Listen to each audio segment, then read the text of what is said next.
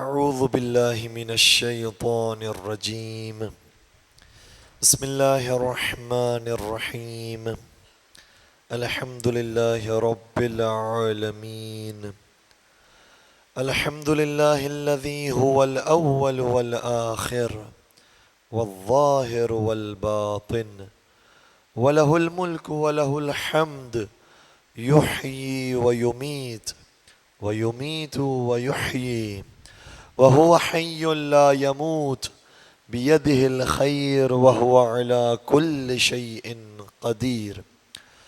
والصلاة والسلام على النبي الأمي القرشي الهاشمي المكي المدني الأبتحي التهامي، العبد المؤيد والرسول المسدد، المصطفى الأمجد، المحمود الأحمد، حبيب إله العالمين، سيدنا ومولانا أبي القاسم محمد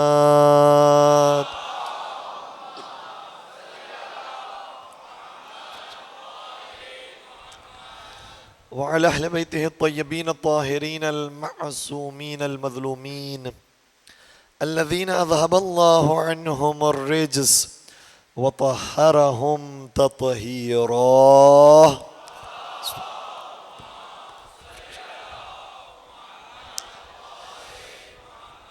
ولعنة الله على أعدائهم أجمعين. أما بعد، فقد قال الله تبارك وتعالى في محكم كتابه المجيد وفرقانه الحميد: بسم الله الرحمن الرحيم. يا أيها الذين آمنوا اتقوا الله وابتغوا إليه الوسيلة. درود پڑھ دیجئے محمد وآلہ.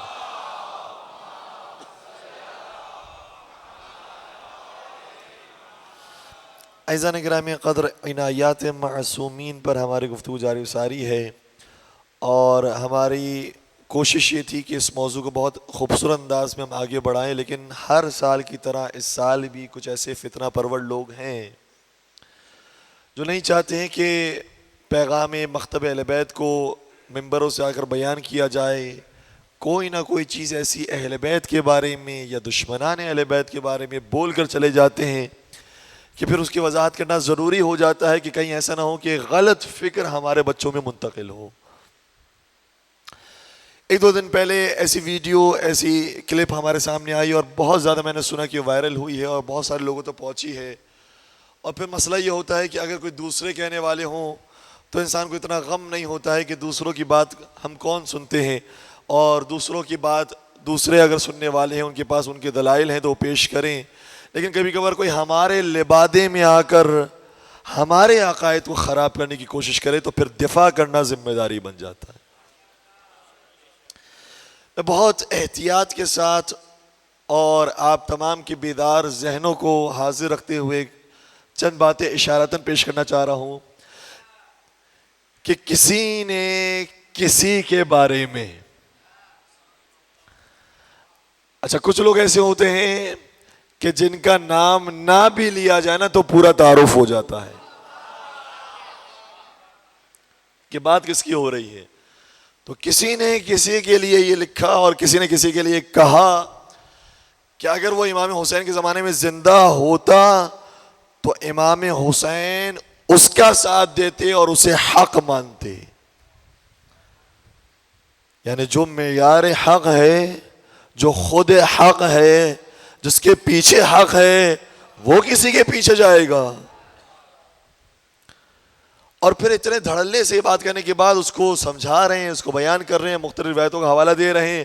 دیکھو بھائی، روایتیں اس وقت مانی جاتی ہے جب وہ قرآن کے مطابق ہو، ورنہ تو کسی کہنے والے نے یہ روایت بھی پیش کی تھی اور یہ بھی روایت موجود ہے. اور یاد رکھیے گا، روایتوں کے اندر اتنی سچائی اور اتنی جھوٹی چیزیں مکس ہو گئی ہیں. اگر صرف روایتیں جھوٹی ہوتی تو ہمارے لیے کام آسان ہوتا، لیکن سچی اور جھوٹی روایتیں اتنی مکس ہو چکی ہیں کہ باقاعدہ اس کے لیے ایک علم موجود ہے، علم حدیث کا علم، حدیث شناسی کا علم، اور محدثین موجود ہیں جو فیصلہ کرتے ہیں کہ کون سی روایت صحیح ہے اور کون سی ضعیف. اور دیکھیں کمال کی بات یہ ہے کہ مولا کائنات کی جو فضائل کی روایتیں ہیں وہ بہت ساری مستند نہیں ہے، بہت ساری سلسلہ سند کے ساتھ نہیں ہے، بہت ساری راویوں کے ساتھ نہیں ہے، لیکن جو حدیث شناس لوگ ہیں وہ جانتے ہیں کہ اگر علی کی فضیلت میں کوئی بات آئی ہے تو وہ یقیناً صحیح ہوگی. اور یہ میں بات بیان نہیں کر رہا اپنی جانب سے، بلکہ امام احمد ابن حنبل کا جملہ آپ کی خدمت میں ہدیہ کر رہا ہوں.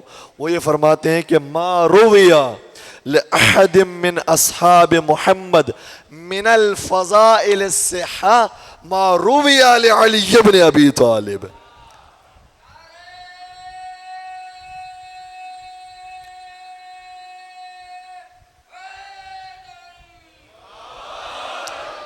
انہوں نے لکھا کہ فضائل تو بہت سارے ہمارے پاس کتابوں کے اندر موجود ہیں کہ جو فلاں کے ہیں فلاں کے ہیں فلاں کے ہیں فلاں کے ہیں، ہمارے پاس کتابوں کے اندر بہت سو کے فضائل موجود ہیں، لیکن یہ حدیث شناس جو اتنا بڑا امام ہے، جو ایک فرقے کا بانی ہے، وہ یہ کہہ رہا ہے کہ لیکن میں یہ کہتا ہوں کہ ان تمام فضائل میں سے اگر تم صحیح فضائل تلاش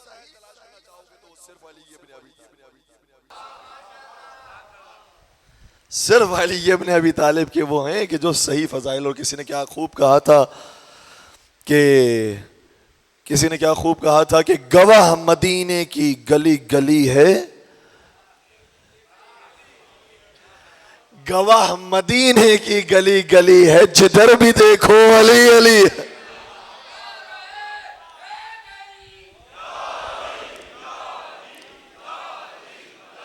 حق حیدر. تو میں آپ سے بات عرض کر رہا ہوں کہ انہوں نے اس طریقے سے اپنی بات کو بیان کیا کہ امام حسین نعوذ باللہ یہ فرماتے ہیں کہ اگر وہ میرے دور کے اندر ہوتا تو میری ان کے ساتھ دوستی ہوتی اور میں ان کے پیچھے چلتا اور میں انہیں حق کے اوپر مانتا. اب جیسے میں نے آپ سے کہا کہ روایتوں کے اندر ہر طرح کی باتیں موجود ہیں، فضائل کے اندر ہر طرح کی لوگوں نے فضائل لکھ دی ہیں، لیکن آپ کو دیکھنا پڑے گا کہ کون سی بات قرآن سے مطابقت رکھتی. قرآن تو یہ کہتا ہے کہ یہ ہستیاں مباہلہ کے وقت موجود تھی، لیکن نبی اپنے رسالت کی گواہی کے لیے انہیں چھوڑ کر گئے.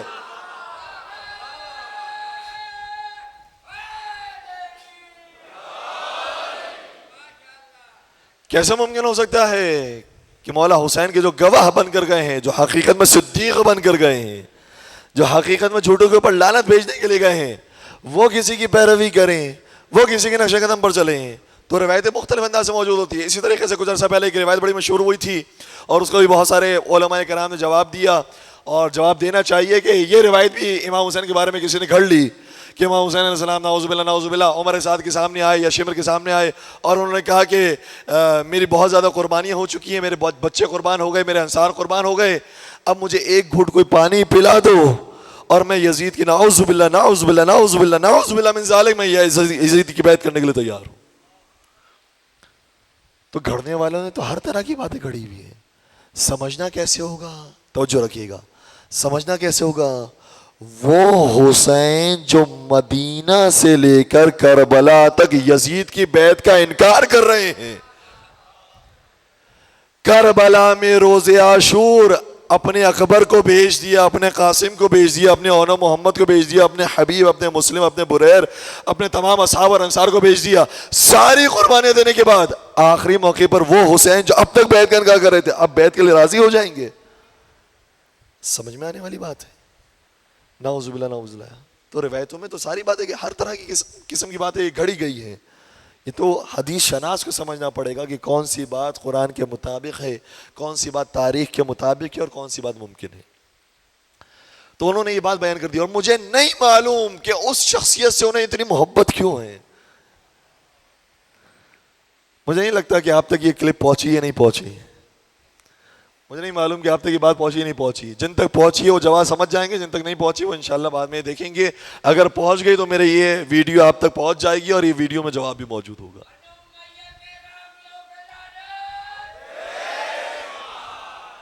دشمنان اہل بیت.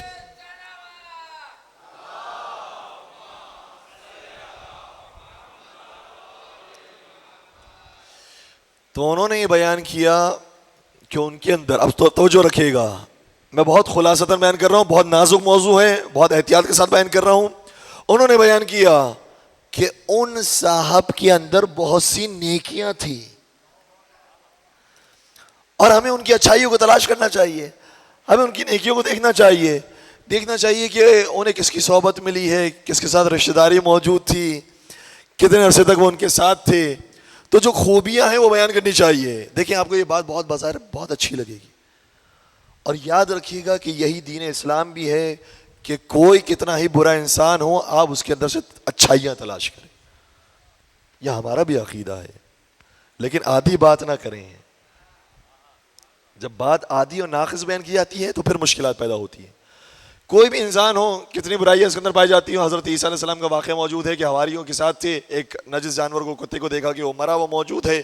حواریوں نے اپنی ناک پکڑی, اپنا منہ بنائے اور جانے لگے, تو حضرت عیسیٰ علیہ السلام نے انہیں درس دیا کہ چاہے وہ نجس جانور ہے, کتا ہے, لیکن اس کے اندر دیکھو کہ اس کے دانت کتنے سفید ہیں, کتنے چمکدار اس کے دانت ہیں. بظاہر خراب نظر آنے والی چیزوں میں سے بھی اپنے لیے اچھائیاں تلاش کریں. اور یہ درس کس لیے دیا گیا ہے کہ اگر انسان کی زندگی کے اندر مشکلات آتی ہیں, پریشانیاں آتی ہیں, آفتیں آتی ہیں, بلائیں آتی ہیں, بہت مشکلات, بہت مختلف قسم کی پریشانیاں آ جاتی ہیں, تو انسان پریشانیوں کو نہ دیکھے, خدا نے جو نعمتیں دی ہیں اسے دیکھے. ٹھیک ہے. اب اگر کوئی اس سے یہ نتیجہ نکالے, اب توجہ رکھیے گا, اگر کوئی اس سے یہ نتیجہ نکالے کہ شیطان کو میں برا کیوں کہوں, اس سے تو اتنے سال عبادت کی ہے خدا کی.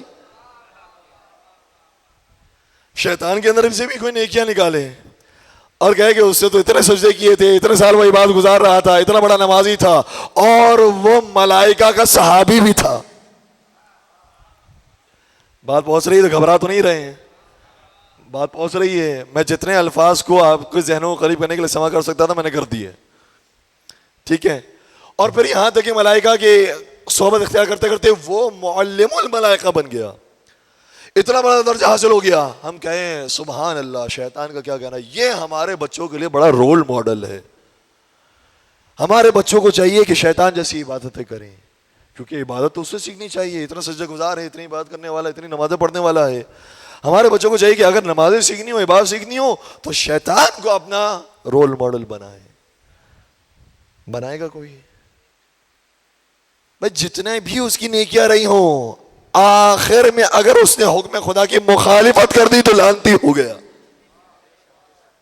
ہمیں نہیں معلوم کہ کون کتنا نمازی ہے, کون کتنا پرہیزگار ہے, کون کتنا بڑا مسلمان ہے, لیکن اگر آخر میں اس نے رسول یا آل رسول کی مخالفت کر دی وہ لعنتی ہو گیا.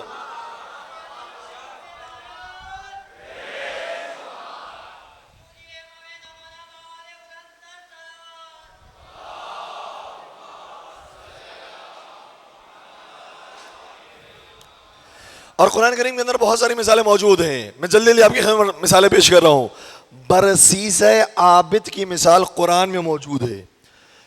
یہ اتنا بڑا عبادت گزار ہے, یہ اتنی نمازیں پڑھنے والا ہے کہ روایت یہ کہتی ہے کہ جب یہ دعا مانگتا تھا تو بارشیں نازل ہوتی تھی, مستجاب الدعوات تھا. لیکن چونکہ اسے زندگی کے آخری حصے کے اندر اپنے نفسانی خواہشات کی پیروی کی اور ایمان کا انکار کیا, اور حقیقت میں جو آخری زندگی کے حصے میں کفر کی طرف چلا جاتا ہے وہ حقیقت میں بتا رہا ہوتا ہے کہ اس کا پہلے ہی اسلام کفر والا اسلام تھا. اور پھر قرآن یہ کہتا ہے کہ اس کفر پر اس نے یہ انتہا کر دی کہ شیطان کے سامنے سجدہ کیا اور ہم نے اسے موت دے دی. تو چاہے کتنا ہی بڑا مستجاب الدعوات رہا ہو, ہم اس پر لعنت بھیجتے. بلا میں باور دوسری مثال موجود ہے, بہت بڑا عابد, بہت بڑا سجدہ گزار, لیکن وہ بھی زندگی کے آخری حصے میں کافر ہو گیا, خدا کی عبادت سے اپنے چہرے کو پھیر لیا, تو خدا نے اسے بھی رجیم بنا دیا, اسے بھی جہنمی بنا دیا. بلا میں باور پر بھی لعنت ہو. ٹھیک ہے, گھبرا تو نہیں رہے ہیں. اسی طریقے سے آپ آگے آتے جائیے اور مثالیں تلاش کرتے جائیے, بہت ساری مثالیں آپ کو ملیں گی. بلکہ میں آپ کے سامنے آج کے زمانے کی مثال پیش کروں, کیا اسرائیل کے اندر آپ کو کچھ خوبیاں نہیں نظر آئیں گی؟ بھائی کوئی ملک چل رہا ہے تو ایسے تو نہیں چل رہا, نظام چل رہا ہے تو ایسے تو نہیں چل رہا. اس کے اندر کوئی نظم و ضبط پایا جاتا ہوگا, کوئی صفائی ہو گئی, کوئی پنچولیٹی ہوگی, کچھ باتیں ہوں گی ان کی بھی اچھی. تو آپ بولیے کہ ہمارے بچوں کے لیے نعوذ باللہ اسرائیل رول ماڈل ہو گیا, بنا سکتے ہیں؟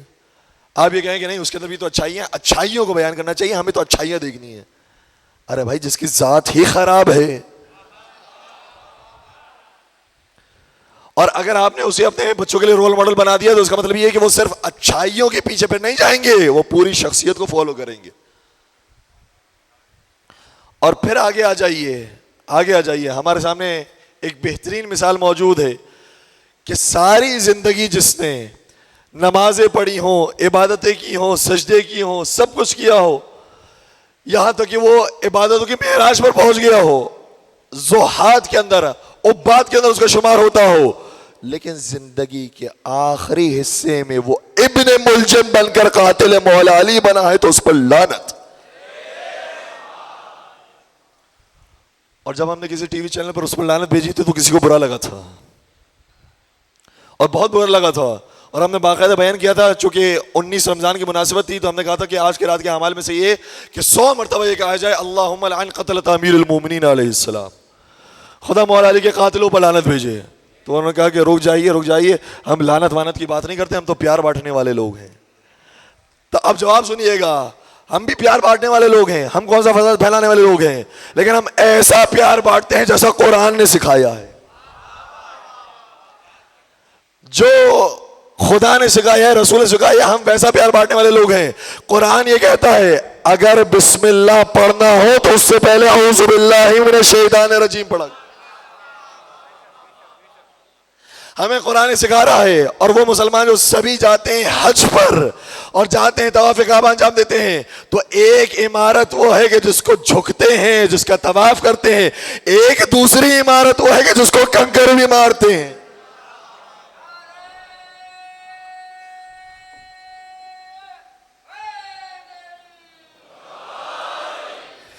اگر کوئی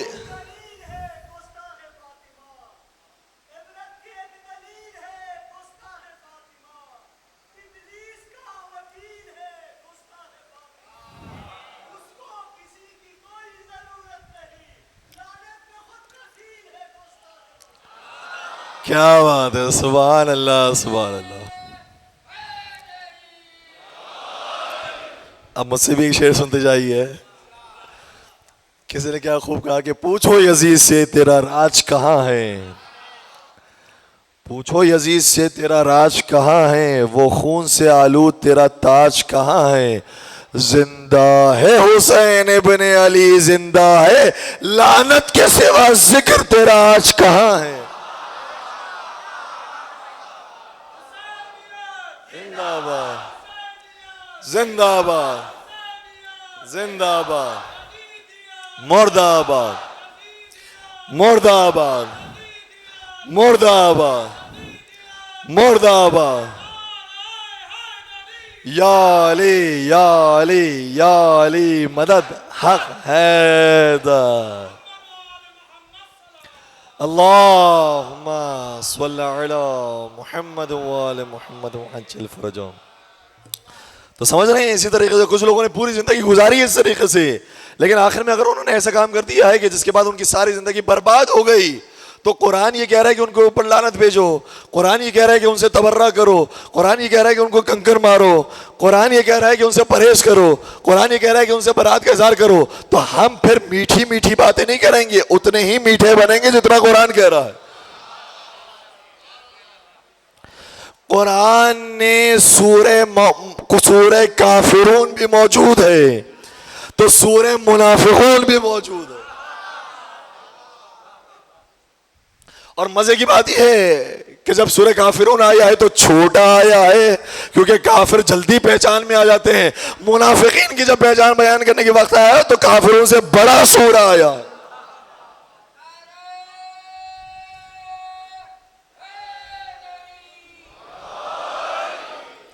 تو ہمیں کسی کے بارے میں نہیں معلوم کہ بھئی اس سے زندگی کے آخر حصے میں کیا کیا کیا نہیں کیا، اس سے غلط کیا صحیح کیا، توبہ کی نہیں کی، استغفار کیا نہیں کیا. کبھی کبھار لوگ یہ بھی کہتے ہیں کہ بھئی زندگی کے آخر حصے میں توبہ کر لیا، ہمیں کیا پتا. صحیح بات ہے، ہمیں کیا پتا. لیکن ہمارے لیے اگر حجت ہے تو یا خدا حجت ہے، یا مصطفیٰ حجت ہے، یا علی حسن حسین اور فاطمہ زہرا حجت.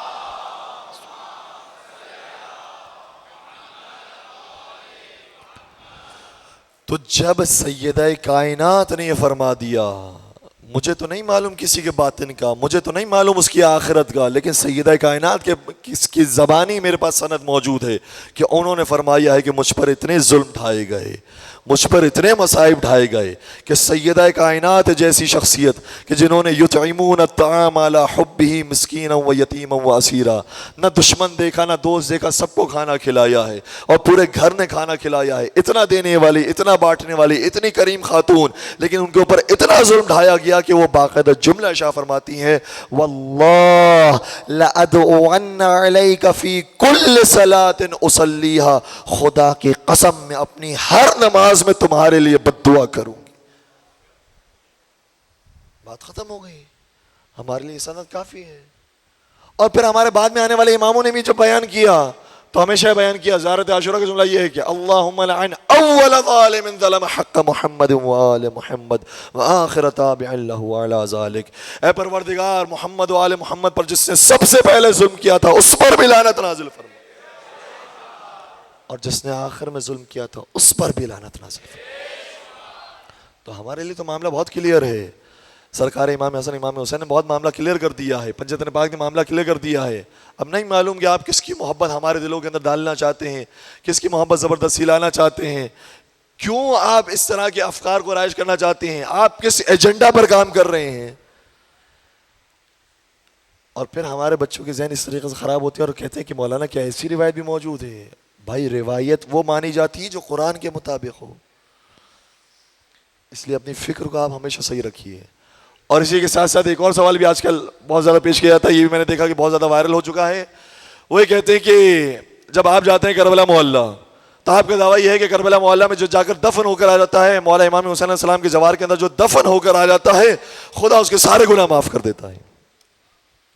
اب سامنے سے انہوں نے کہا کہ جو حسین کے جوار میں دفن ہو اس کے سارے گناہ معاف، اور جو نبی کے جوار میں دفن ہو اس کے بارے میں آپ کا کیا خیال ہے؟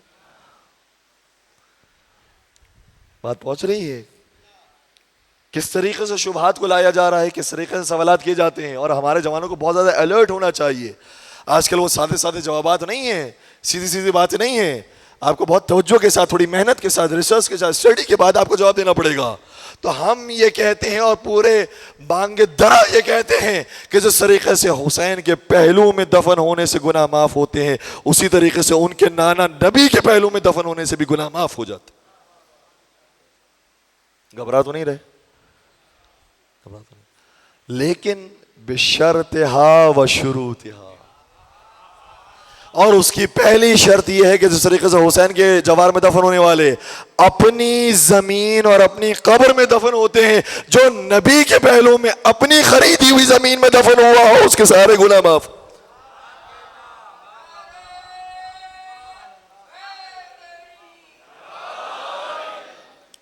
بات پہنچ رہی ہے؟ جن تک نہیں پہنچی پھر وہ بزرگان سے ہی معلوم کیجئے گا۔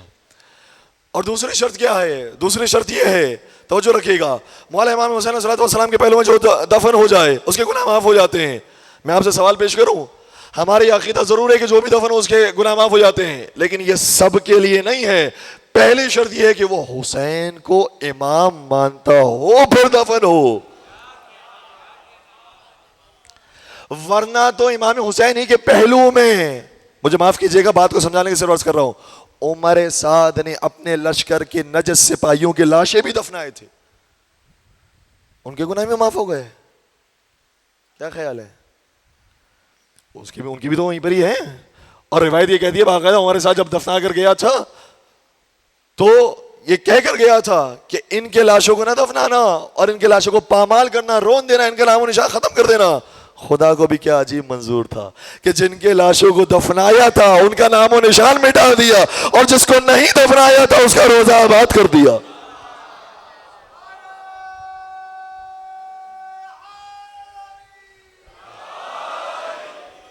کسی نے کیا خوب کہا، توجہ رکھیے گا، دنیا والوں گر سمجھو تو جیت اسی کو کہتے ہیں، دنیا والوں گر سمجھو تو جیت اسی کو کہتے ہیں۔ سارا کنبہ قتل ہوا اور سارا کنبہ باقی ہے۔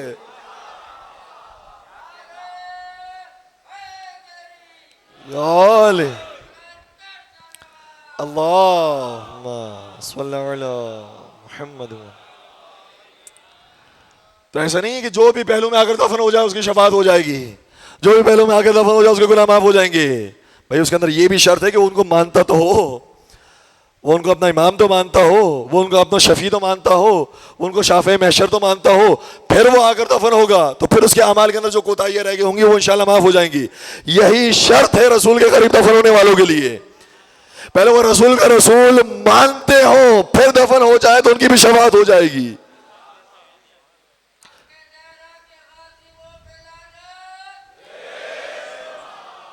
کس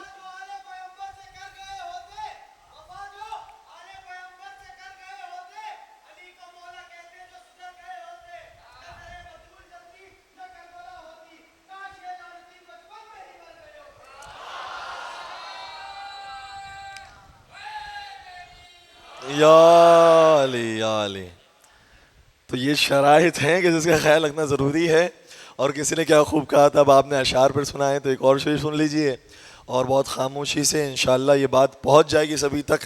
کہ کسی نے کہا تھا کہ یوں تربت رسول ہے قبروں کے درمیان، یوں تربت رسول ہے قبروں کے درمیان، کانٹوں میں جیسے پھول رکھا ہو گلاب کا.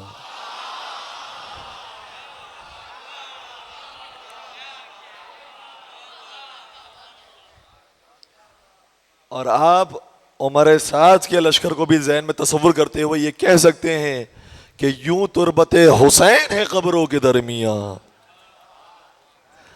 یوں تربت حسین ہے. عمر سعد کے لشکر کے سپاہیوں کو تو ذہن میں رکھتے ہوئے کہ یوں تربت حسین ہے قبروں کے درمیان، کانٹوں میں جیسے پھول رکھا ہو گلاب کا. مل کے درود پڑھ دیجئے محمد و آل.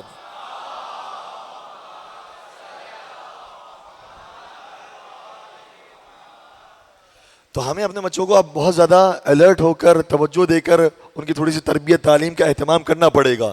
کبھی کبھار لوگ ہمارے پاس آتے ہیں اور سوال کرتے ہیں کہ مولانا یہ بتائیے کہ ہم کیا کریں، آج کل بڑے افکار آ رہے ہیں، بڑے حملے ہو رہے ہیں، کوئی کیا بات کہتا ہے، کوئی کیا بات کہتا ہے، کوئی قرآن و حدیث کا سہارا لیتا ہے، اپنی بات ثابت کرنے کی کوشش کرتا ہے. بہت عجیب و غریب قسم کی فکریں آ گئی ہیں. ہم کیا بات کریں، کس کی طرف جائیں؟ میں ان سے کہتا ہوں کہ آپ اپنے بچوں کو جہاں ڈالنا چاہتے ہیں، جہاں بھیجنا چاہتے ہیں جانے دیں، لیکن جب وہ وہاں سے واپس آئے اور اس کے ذہن میں سوال ہو تو آپ کے پاس جواب ہونا چاہیے. آپ کسی پر پابندی نہ لگائیں، کیونکہ یہ روایت کا جملہ بھی ہے اور انسان کے مزاج کے اندر بھی ہے کہ جس جگہ سے روکا جاتا ہے انسان اسی کی طرف مائل ہوتا ہے.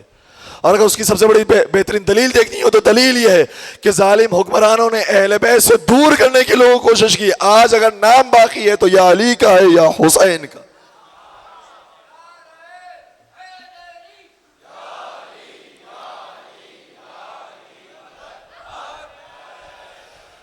اس لیے ہم کبھی یہ نہیں کہتے کہ آپ فلاں جگہ نہ بھیجیں، وہاں نہ بھیجیں، وہاں نہ بھیجیں. نہیں، جانے دیں، بچوں کو سیکھنے دیں، بچوں کو تجربہ کرنے دیں. لیکن جب وہ تجربہ کرے اس کے ذہن میں سوال پیدا ہو کہ ہم نے تو یہ سنا تھا، ہم نے تو یہ بات سنی تھی، یہ سوال تو پیدا ہوتا ہے کہ کون صحیح کہہ رہا ہے، کون غلط کہہ رہا ہے. تو جب آپ کے پاس آئے تو دو کام کیجئے. آپ کے پاس علم بھی ہونا چاہیے کہ اسے جواب دیں، اور آپ کے پاس وقت بھی ہونا چاہیے کہ اس کے پاس بیٹھیں. وقت نکالنا یہ بھی بڑے ضروری ہے. آج کے دور کے اندر ہر ایک موبائل کے اندر لگ گیا ہے، ہر ایک اپنی دنیا کے اندر لگ گیا ہے، ہر ایک اپنی ذمہ داریوں کے اندر لگ گیا ہے. یہ بچے خود بخود تربیت پائیں جائیں گے. ہمارے گستاخ بڑی خوبصورت بات کہتے تھے جب انسان جانوروں کا باڑا لگاتا ہے تو بڑی ریسرچ کرتا ہے کہ جانور کیا کھاتے ہیں، کیا نہیں کھاتے، کہاں کے ہیں، کہاں کے نہیں ہیں، میں یہاں لگاؤں، میں وہاں لگاؤں. اتنی ریسرچ کرتا ہے اور پھر جا کر جانوروں کا باڑا لگاتا ہے. جانوروں کو پالنے کے لیے اتنی ریسرچ، اپنے بچوں کو پالنے کے لیے کوئی ریسرچ نہیں. تو اپنے بچوں کے لیے بھی کچھ تربیت کا اہتمام کریں، اس کو سوچیں. ایسا تو نہیں کہ جب پیدا ہوں گے تو خود بخود جوان ہو جائیں گے، خود بخود صحیح راستے پر آ جائیں گے. تھوڑا سا ان کے لیے ٹائم ٹیبل بنائیے، تھوڑا سا ان کے لیے شیڈیول بنائیے، ان کے لیے فکر کیجئے کہ وہ کہاں جا رہے، کہاں نہیں جا رہے. کوئی پابندی، کوئی زبردستی نہیں ہے، لیکن کوئی آگاہی تو ہو کہ وہ کہاں جاتے ہیں، کس سے ملتے ہیں. یہ بہت ضروری ہے. اور یہ ہمارے لیے سب سے بہترین مثال مولائے کائنات اور سیدہ کائنات حضرت فاطمہ زہرا سلام اللہ علیہا کی مثال.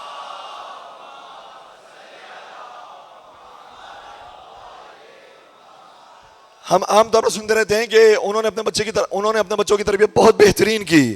اور کیا کہنا ہے سیدہ کائنات کے بچوں کا. دونوں بچوں کو شہید کیا گیا، لیکن اگر بادشاہت ہے تو یا حسن کی ہے یا حسین کی۔ دنیا پر حکومت کی ہے اس گھر کے اندر بچے پلنے والے بچوں نے کہ جن کے پاس کھانے کے لیے صحیح وقت کی غذا موجود نہیں ہوتی تھی، جو اپنے حصے کی روٹی ہوتی تھی وہ بھی یتیم مسکین اور اسیر کو دے دیا کرتے تھے۔ اس گھر کے اندر پلنے والے بچوں نے وہ تربیت پائی ہے کہ دنیا پر حکمرانی کی ہے۔ کیا کیا سیدہ کائنات نے؟ یقیناً بہت ساری چیزیں ہیں اور بہت اس کے اوپر تفصیلی گفتگو ہونی چاہیے تربیت اولاد کے اوپر، اور صرف اگر ہم سیدہ کائنات مولا کائنات کی شخصیت کو دیکھیں تو ان کے اوپر بھی اشروں کے اشرے گزر جائیں گے، لیکن اس میں سے ایک چھوٹا سا پوائنٹ جو ابھی ہم نے بیان کیا وہ یہ ہے کہ اپنی اولاد کے لیے وقت نکالیے۔ سیدہ کائنات کو کوئی ضرورت نہیں ہے کہ حسن و حسین کے لیے وقت نکالے، وہ جوانان جنت کے سردار ہیں، لیکن ہمیں اور آپ کو سکھانے کے لیے کئی سارے آپ واقعات دیکھیں گے۔ کچھ واقعات تو ایسے کہ جو بہت مشہور ہیں، آپ تمام کے اذان عالیہ کے اندر موجود ہیں، کہ حسن و حسین کو بھیجا کرتی تھی مسجد کی طرف، جب وہ لوٹ کر آتے تھے تو پوچھتی تھی کہ درس میں آج تم نے کیا سیکھا ہے، کون سی آیت آئی ہے، کیا سید کائنات کو سیکھنے کی ضرورت ہے یا حسن و حسین کو کسی تربیت کی ضرورت ہے؟ نہیں، یہ ہماری تربیت ہو رہی ہے کہ اگر تمہارے بچے کسی جگہ سے آئے تو ان سے پوچھو کہ کیا بات ہوئی، کیا سوال ہوا۔ اور اسی طریقے سے روایت کا ایک اور جملہ بھی ہے جو امام حسن کے بارے میں بطور خاص صراحت کے ساتھ ملتا ہے، لیکن مجھے یقین ہے کہ امام حسین کے ساتھ بھی وہی ہوتا ہوگا۔ کیوں؟ اس لیے کہ شہزادی نے حسن و حسین میں کوئی تفریق نہیں رکھی، بلکہ مجھے تو اس سے بڑھ کر جملہ کہنے دیجیے اگر بیدار ہے تو، بیدار ہیں کہ قدرت کے انتظام کی وجہ سے حسن پہلے دنیا میں آئے، حسین بعد میں آئے، ٹھیک ہے، لیکن عجیب بات یہ ہو گئی کہ عام طور پر قدرت کا جو انتظام ہوتا ہے اس میں عام گھرانوں کے اندر جو بڑا ہوتا ہے وہ ہر مقابلے، ہر کمپٹیشن، ہر رقابت کے اندر جیتتا ہے چھوٹے سے، ایسا ہی ہوتا ہے، ہر کمپٹیشن کے اندر بڑا چھوٹے سے جیت جاتا ہے۔ لیکن حسن و حسین کے آپ جتنے بھی مقابلوں کے واقعات سنیں گے نتیجہ ایک ہی دکھائی دے گا کہ حسن بڑے ہیں لیکن ہمیشہ حسین کے برابر دکھائی دیں گے۔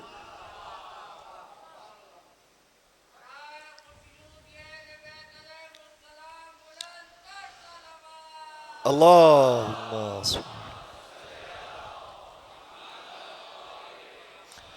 اور کسی نے کیا خوب کہا تھا کہ بحکم حق کہیں پر سلو کر لیتے ہیں دشمن سے، توجہ رکھیے گا، بحکم حق کہیں پر سلو کر لیتے ہیں دشمن سے، کہیں پر جنگ خاموشی جواب سنگ ہوتی ہے، کہیں پر جنگ خاموشی جواب سنگ ہوتی ہے، زمانہ سبق لے فاطمہ کے دل کے ٹکڑوں سے، کہاں پر صلح ہوتی ہے کہاں پر جنگ ہوتی ہے۔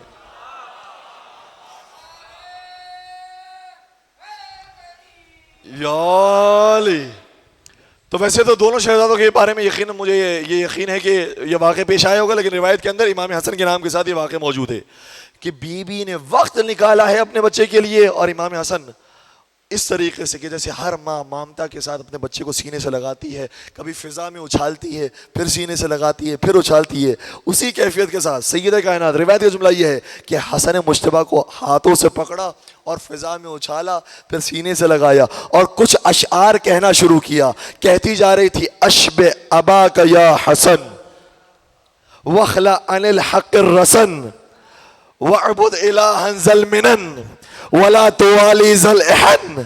پہلا جملہ شاہ فرمایا بیٹا حسن اپنے بابا جیسا بننا،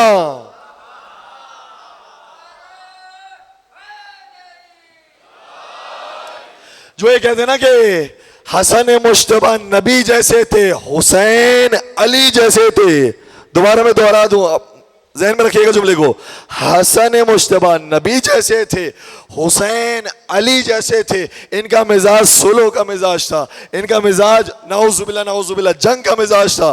یاد رکھو سیدہ کی تربیت کا جملہ یہ ہے، بیٹا حسن تجھے اپنے بابا علی جیسا بننا ہے،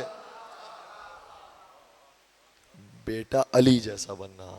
اور اپنے گھروں کو ذرا اگر ہم دیکھیں، بیٹا باپ کی طرح نہ بننا، بیٹا باپ کی طرح نہ کام کرنا، تجھے بڑا آدمی بننا ہے۔ جب ہم نے یہی جملہ کہہ دیا اس کا مطلب یہ ہو کہ بچے کی نگاہ میں اس کا باپ کی کوئی حیثیت نہیں رہی۔ گھر کے اندر احترام کی فضا، عزت کی فضا، پیار و محبت کی فضا قائم کرنا بہت ضروری ہے۔ اور جب ماں باپ اور شوہر و بیوی ایک دوسرے کو عزت نہیں دیں گے تو پھر بچے بھی والدین کو عزت نہیں دیں گے. ضروری ہے کہ پہلے ہم خود شروع کریں. تو پہلا جملہ یہ ہے کہ اشبہ ابا کا یا حسن، اے بیٹا حسن بابا کی شبیہ بننا. وخلع عن الحق الرسن، اور اگر حق پر رسن بن جائے تو تجھے رسن کو کھولنا ہے. وَعْبُدْ إِلَٰهًا ذَا الْمِنَنِ، یہ چھوٹے سے بچے ہیں اچھالتے ہیں سینے سے لگاتی ہیں اور یہ اشعار پڑھتے جا رہی. وَعْبُدْ إِلَٰهًا ذَا الْمِنَنِ، اور بیٹا عبادت کرنا تو اس معبود کی عبادت کرنا جس نے تجھ پر نعمتیں نازل کی ہیں. وَلَا تُوَالِي ذَا الْإِحْنِ، اور بیٹا حسن جب دوستی کرنا، بچے دوستیاں کرتے ہیں، جب دوستی کرنا تو کسی بغض اور کینہ رکھنے والے سے دوستی نہ کرنا. ہائے ہائے ہائے، قربان ہو جائے امام حسن امام حسین کی خوشنودی کے لیے باوزہ بلند درود پڑھ دیجئے محمد و علی.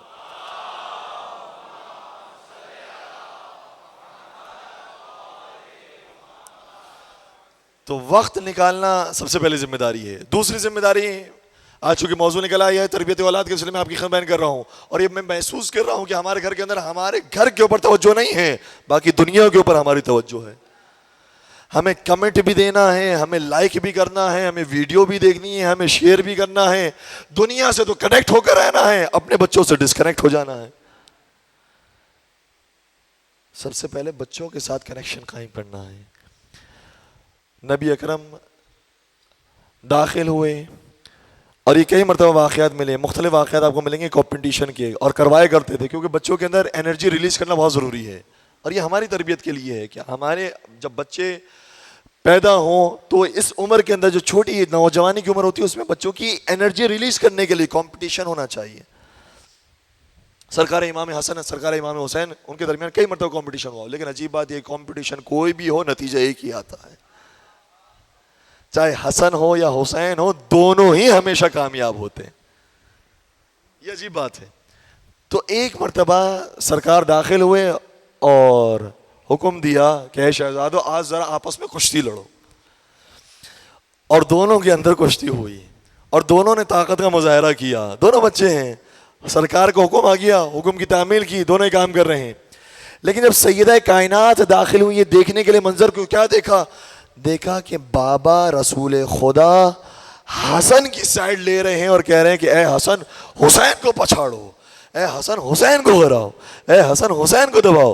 بار بار یہ جملے کہے، ماں کا دل تو ڈہل گیا. اور شاید یہ بھی ہمیں سمجھانے کے لیے بتا رہے ہوں، ورنہ تو یہ حقیقت وہ جانتے ہیں کہ ماجرا حقیقت میں کیا ہے، لیکن سوال کر کے بتائیے کہ دیکھو تم بھی حقیقت کو پہچانو، حقیقت میں کیا ہو رہا ہے. جب کہا نا بابا یہ آپ کیا کر رہے ہیں، بڑے کو چھوٹے کے خلاف ابھار رہے ہیں، تو نبی نے شاہ فرمایا میں یہاں سے حسن کا ساتھ دے رہا ہوں، وہاں سے جبرائیل حسین کا ساتھ دے رہے ہیں.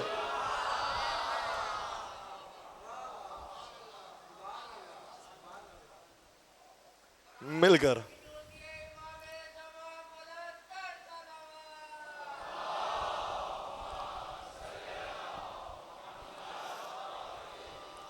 معاف کیجیے گا، تھوڑی سی طبیعت ناساز ہے. انشاءاللہ اگر آپ کا ساتھ رہے گا تو یہ سفر جاری و ساری رہے گا. تو بچوں کو پیار و محبت دینا یہ بہت ضروری ہے. پیغمبر کرم ایک مقام پر نکل رہے تھے، اپنے گھر سے مسجد کی طرف جا رہے تھے، نماز کا وقت ہونے والا تھا، اور کیا اخلاق تھا پیغمبر اکرم کا. یہ پیار و محبت پیغمبر اکرم نے صرف اپنے بچوں کے لیے نہیں بلکہ دنیا کے ہر بچے کے لیے، کیونکہ سکھایا ہے کہ بچوں کے اندر اس وقت پیار و محبت کی ضرورت ہوتی ہے جہاں انہیں پیار ملے گا اس طرف چلے جائیں گے. آپ گھر کے اندر پیار دیں وہ گھر کے اندر رہیں گے، گھر کے باہر اگر ان کو پیار مل گیا تو وہ گھر کے باہر چلے جائیں. پیغمبر اکرم گزر رہے تھے ایک مقام سے، بچے کھیل رہے تھے، پیغمبر کو دیکھا. ہمارے یہاں کیا ہوتا ہے، اب میں اپنی بات کروں، اگر اس خلیے کے اندر بچے کھیل رہے ہو اور میں ان کے قریب سے گزر جاؤں تو بچے وہاں سے بھاگ جائیں گے. ہوتا ہے یا نہیں ہوتا ہے یا نہیں ہے؟ کیا پیغمبر کا اخلاق تھا، کتنی نرمی سے بات کیا کرتے تھے، کتنی شفقت کیا کرتے تھے. پیغمبر بچوں کے قریب سے گزرے، بچوں نے آواز دی یا رسول اللہ ہمارے ساتھ کھیلنے کے لیے آ جائیے.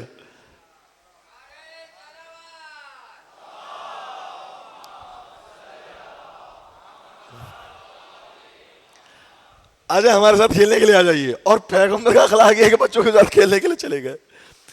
یہ ہمیں آپ کو سکھانے کے لیے ہے، وہ جو کائنات کا نظام چلانے کے لیے آیا ہے، جو کائنات کے لیے رحمت بن کر آیا ہے. تربیت معاشرے کی اس طریقے سے کی ہے. گئے بچوں کے ساتھ کھیلنے کے لیے. اب بچے کھیل رہے ہیں، کھیلتے کھیلتے نماز کا وقت ہو گیا، نکلے تو مسجد کے لیے، نماز کا وقت ہو گیا۔ روایت ہے، البتہ بہت پرانی قدیمی اور مستند معتبر روایت کتابوں کے اندر موجود نہیں ہے، لیکن اس کے بعد جو متوسط منابع ہیں اس کے اندر یہ روایت موجود ہے اور میں دیکھ کر بیان کر رہا ہوں۔ آذان کا وقت ہو گیا، پیغمبر مجبوراً بچوں کے ساتھ مصروف تھے۔ اب کیا کرے پیغمبر؟ بچوں کو کہیں کہ نماز کا وقت ہو گیا میں جا رہا ہوں۔ اگر پیغمبر یہ کہیں، یاد رکھیے گا، اگر پیغمبر یہ کہیں تو یہ بچے بڑے ہو کر کبھی نمازی نہیں بنیں گے۔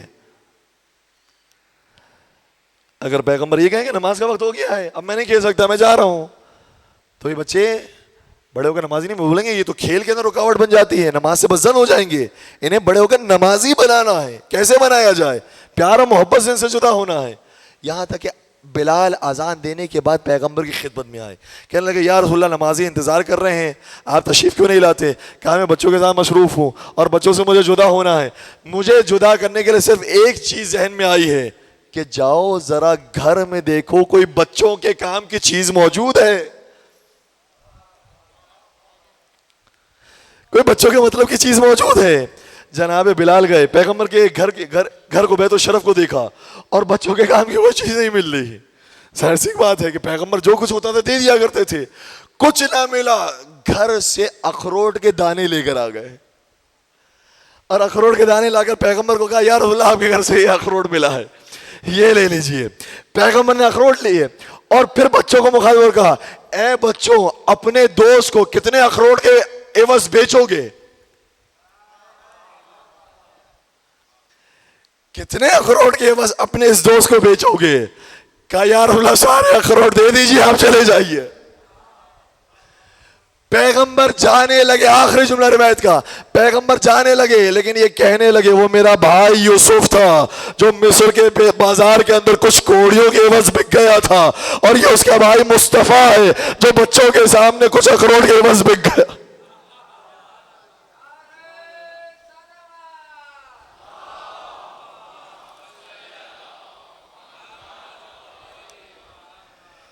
اتنا پیار دینا ضروری ہے، اپنی اولاد کو پیار دیجئے۔ پیغمبر اپنی اولاد سے محبت کر رہے تھے۔ روایت کے اندر اولاد کا نام ذکر نہیں ہے کہ کس سے پیار کر رہے تھے، لیکن ایک عربی آیا، اس نے کہا یا رسول اللہ ہم تو اپنی اولاد سے اتنا پیار نہیں کرتے ہیں، یہ تو آپ کچھ زیادہ ہی ان سے پیار کرتے ہیں، کچھ زیادہ ہی ان کے لاڈ اٹھاتے ہیں، ہم تو ایسا نہیں کرتے ہیں۔ پیغمبر نے فرمایا دعا مانگ کہ خدا تیرے دل کو بھی نرم کرے، خدا تیرے دل کے اندر بھی رحمت لے کر آئے، تو لوگوں کے ساتھ پیار و محبت کے ساتھ شفقت کا مظاہرہ کر۔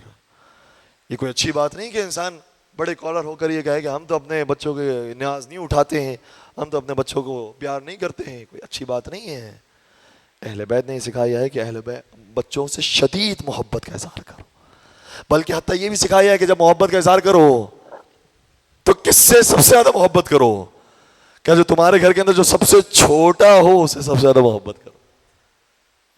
اس کی نفسیات کو بھی جانتے ہیں۔ تربیت اولاد کے اندر کتنے رخ ایسے ہیں کہ جو انبیاء کرام نے، ائمہ علیہ السلام نے ہمیں سکھائے ہیں، جس کو عام طور پر بیان نہیں کیا تھا، اور یہی وہ مقام ہے کہ جہاں سے بیان ہوگا۔ ہے میرے ساتھ؟ ٹھیک ہے۔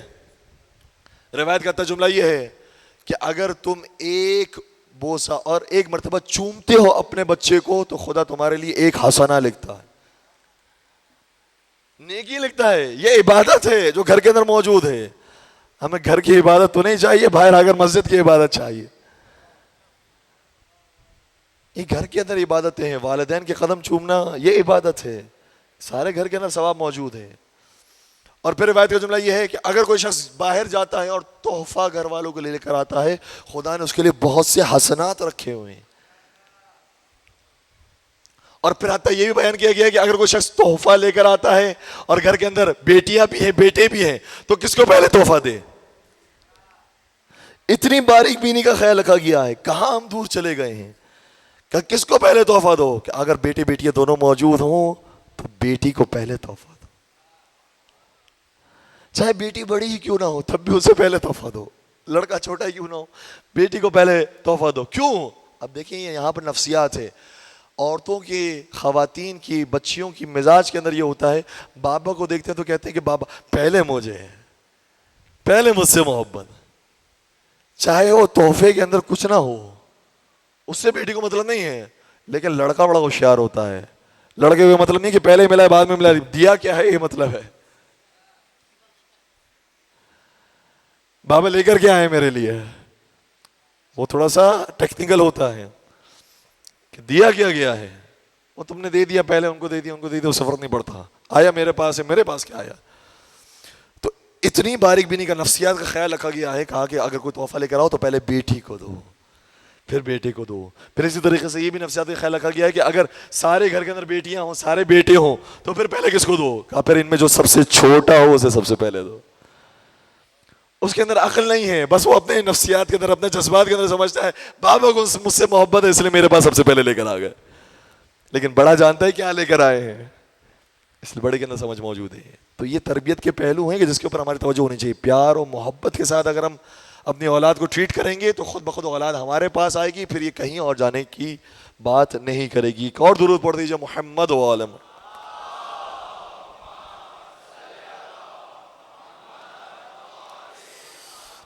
ایک ایران کے اندر تربیت کے عالم دین ہیں کہ جنہوں نے حافظان قرآن کا کورس کرایا ہے, اور میں نے خود ان سے ملاقات کی ہے بالمشافہ, اور ان کے سامنے میں نے سوال کیا تھا اور انہوں نے میرے سوال کا جواب دیا تھا. میں نے ان سے سوال کیا تھا کہ ہم بھی یہ چاہتے ہیں کہ اپنے بچوں کی اس طرح سے تربیت کریں کہ ان کو بھی ہم حافظ قرآن بنا دیں. ہم بھی ایسے تربیت کرنا چاہتے ہیں کہ ان کو اہل بیت سے قریب کریں. ہم کیا کریں کہ ان کے اندر یہ شوق پیدا ہو. کہا کہ کچھ خاص کرنے کی ضرورت نہیں ہے, کوئی زیادہ بڑا خرچہ ہے ہی نہیں اس کا. کہ جب بچہ چھوٹا سا ہوتا ہے, 3 برس کا, 4 برس کا, 5 برس کا, جب وہ حفظ قرآن کر سکتا ہے, اس کے لیے آپ اس کو تحفے میں دینے کے لیے آپ صرف اسلامک اسٹیکرز خرید لیجئے. کیا اسٹیکرز کا یاد رکھیں, اتنا وہ دیوانہ ہو جائے گا نا صرف اس چھوٹے سے ایک تحفے کے لیے, پورا صفحہ حفظ کرے گا تاکہ اسے ایک اسٹیکر مل جائے. اور آپ اس اسلامک اسٹیکرز کو دینے کے بعد جو اس کے اندر نام لکھا ہوا ہے, جو شخصیت بنی ہوئی ہے, جو تصویر بنی ہوئی ہے, جو عکس بنا ہوا ہے, اس کی محبت بھی پیدا کر رہے ہیں اور اسے قرآن بھی حفظ کروا رہے ہیں.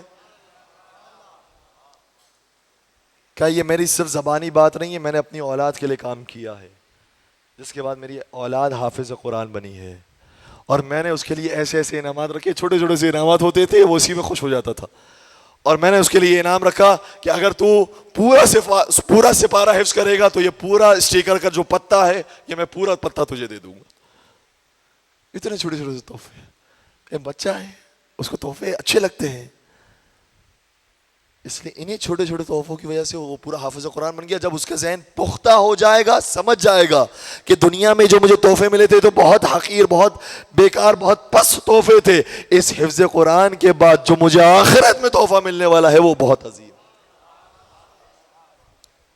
اور کسی نے کیا خوب کہا تھا, بس میں یہیں سے مصائب سے جڑ جاؤں گا, کہ حافظ تو کائنات میں لاکھوں ملے مگر, حافظ تو کائنات میں لاکھوں ملے مگر, نیزے پہ جو ہوئی وہ تلاوت نہ مل سکی.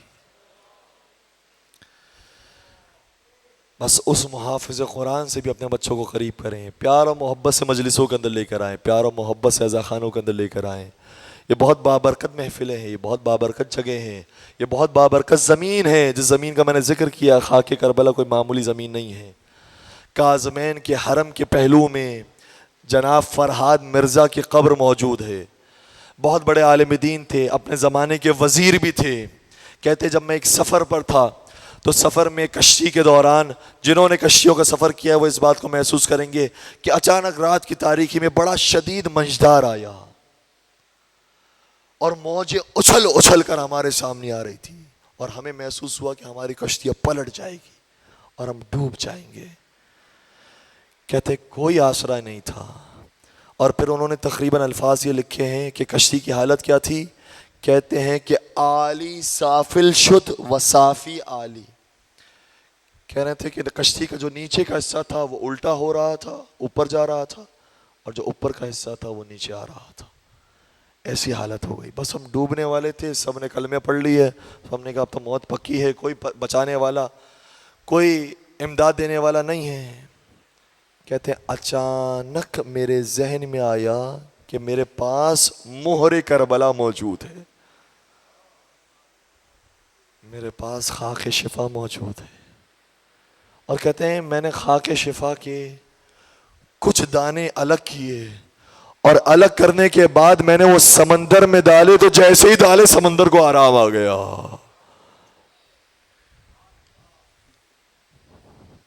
اور میں نے نیت کی تھی کہ اگر مجھے حسین کے صدقے میں زندگی ملی تو میں ایک ضرور کتاب لکھوں گا حسین شہید کربلا پر، اور کتاب انہوں نے لکھی جو آج تک موجود ہے، سمسام زخار بتار، قمقام سمسام زخار بتار کے نام سے، عربی اور فارسی زبان کا میل ہے اس لینگویج کے اندر۔ اور آیت اللہ ناصر مکارم شیرازی کہتے ہیں کہ جو آج کے ہمارے پاس مختل موجود ہیں اس میں سب سے مستند مختل سمسام بتار کا مختل ہے۔ اتنی بہترین کتاب لکھی فرہاد مرزا۔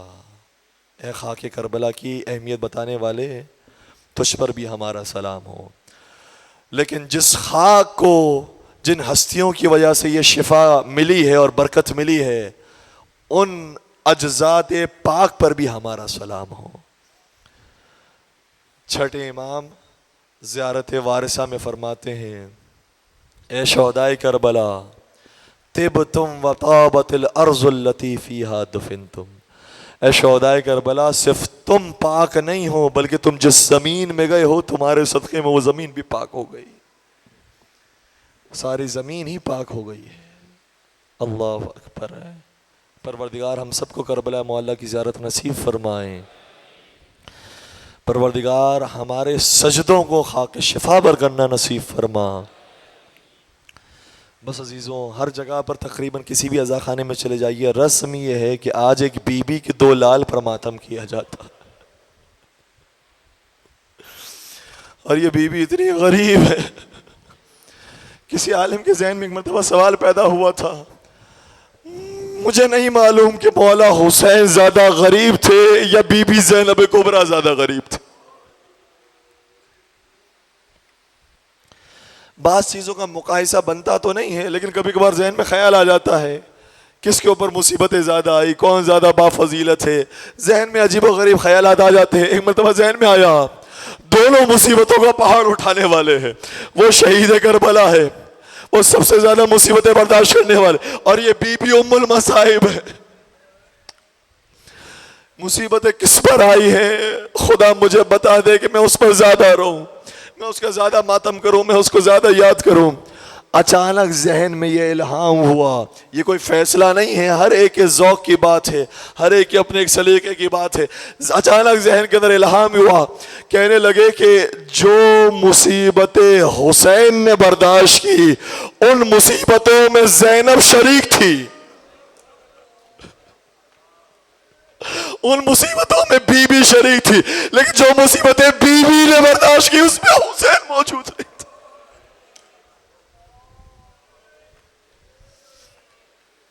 اجرکم علی اللہ۔ بس یہ بی بی اپنے بچوں کو لے آئی مکہ سے، عبداللہ بن جعفر طیار نے سپرد کر دیے یہ بچے ہیں، اور کہہ دیا اگر جنگ ہو جائے نا تو ایک کو میری جانب سے ایک کو اپنی جانب سے حسین پر قربان کر دینا۔ یہ دونوں شہزادے قربان ہونے کی نیت سے چلے تھے، جو قربان ہونے ہی کی نیت سے چلے ہو۔ پروردگار ایسی اولاد ہر ایک کو نصیب فرمائے۔ ان کو معلوم ہے مجھے کربلا میں شہید ہونا ہے، لیکن جب روز عاشور آیا، ارے انصار قربان ہو گئے، انہوں محمد کو اجازت نہ ملی، اصحاب قربان ہو گئے، انہوں محمد کو اجازت نہ ملی۔ روایتیں یہ کہتی ہے حتی اکبر کا لاشا، شہزادوں کو اجازت نہ ملی۔ اچھا، شہزادوں کی عمر مبارک بھی اکثر روایات کے اندر کہیں 20 اور 18 کے درمیان بیان ہوتی ہے۔ دونوں شہزادوں نے دیکھا ارے اکبر کا لاشا آ گیا، پھر ہمیں کیوں اجازت نہیں ملتی؟ کیا دیکھا کہ قاسم کا لاشا بھی آ گیا، اب بھی ہمیں اجازت نہیں ملتی، کیا سب قربان ہو جائیں گے؟ پھر ہماری باری آنے والی ہے۔ ایک مرتبہ شہزادی زینب کبریٰ نے دونوں شہزادوں کو اپنے کمرے میں بلایا، اور حجرے میں بلانے کے بعد فرمانے لگی اے بیٹو، کیا قیامت کے میدان میں میری ماں کے سامنے مجھے شرمندہ کرو گے؟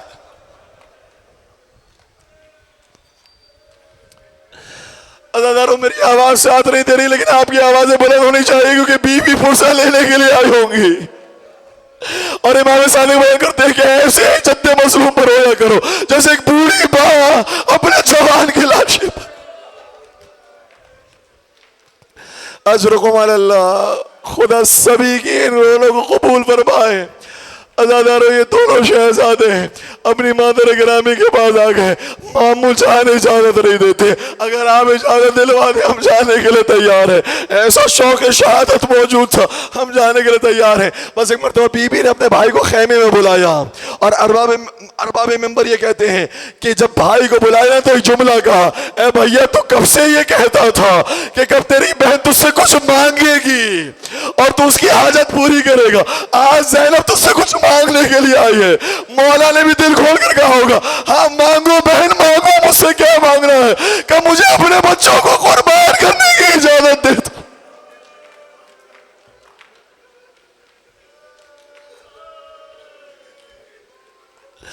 جب مولا حسین حامی مر چکے تھے اب دونوں شہزادوں کو جانے کی اجازت ملی.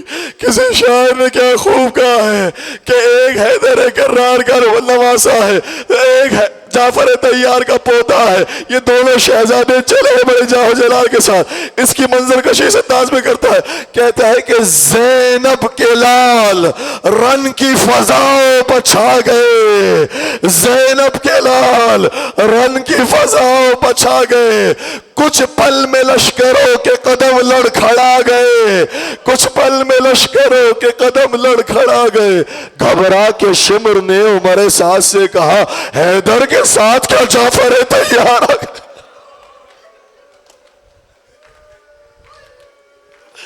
دونوں نے ایسی جنگ کی, حیدر کرار یاد آ گئے, جعفر طیار یاد آ گئے.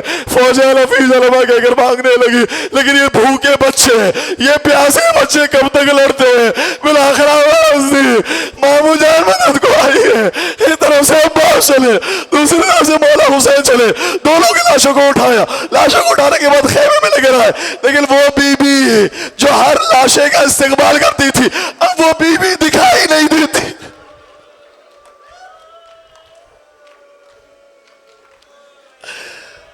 وہ بی بی کہاں چلے گئی جو اکبر کے لیے بھی آئی تھی, وہ بی بی کہاں چلے گئی. بیویوں نے بتایا شہزادی سجدے معبود میں چلے گئی, مال غریبوں کی قربانی کو تو نے قبول کیا. اس کے بعد بی بی نے کبھی اون محمد کو یاد نہ کیا. جب ماتم کیا تو یا حسین کا, جب ماتم کیا تو یا عباس کا. یہاں تک کہ بیویوں کو لے کر جب کوفے کی طرف روانہ ہوئے تو یہ کہا میرے شیرو اے حسین اور عباس کہاں ہو, کیا بہن کو سہارا نہ دو گے. جب شام پہنچ گئی نا اور شام سے آزادی کا وقت آیا, کٹے ہوئے سروں کو واپس کیا گیا.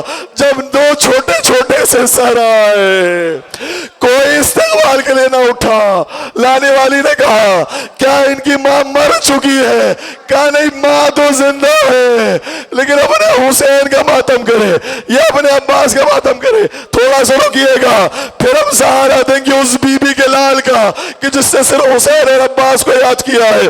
ہم ان کے لال کا غم منائیں گے, ہم ان کے لال کو یاد کریں گے. لیکن سنیں گے اس بی بی نے کربلا پہنچنے کے بعد سید سجاد سے سوال کیا کیا.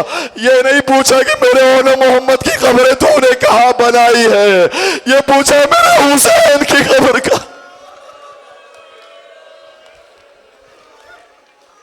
آقا سجاد نے بتایا یہ میرے بابا کی قبر مبارک ہے.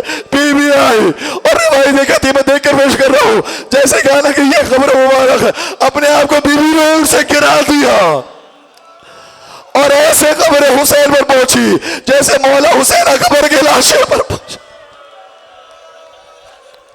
اپنے حسین کا ماتم کیا, اپنے حسین پر آنسو بہائے اور بہت بہن کیا. سنیں گے اس کے بعد کیا سوال کیا, اون محمد کے سوال کیا, نہیں اون محمد کو یاد نہیں کیا. کہا بیٹا سجاد یہ بتا میرا عباس کہاں ہے.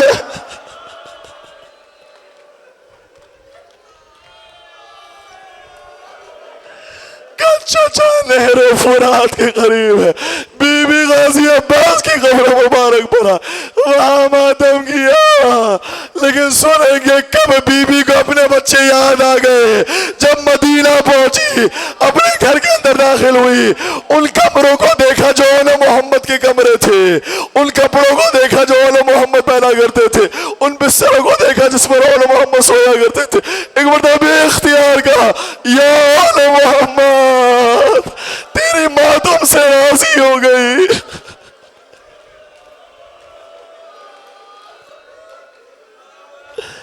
خدا کوئی غم نہ دے سوا غم حسین کے، بیوی آپ کے پرسے قبول کیجئے، آخر جملہ سن لیجئے گا۔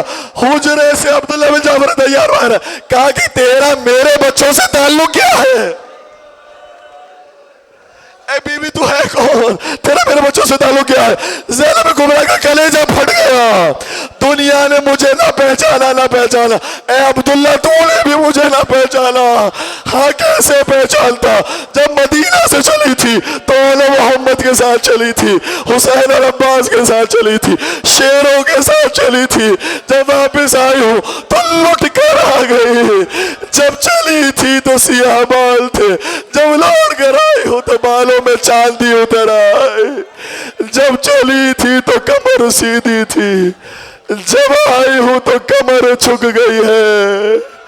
بیوی کی کمر کو سہارا دیجئے گا، یا محمد کہیے گا۔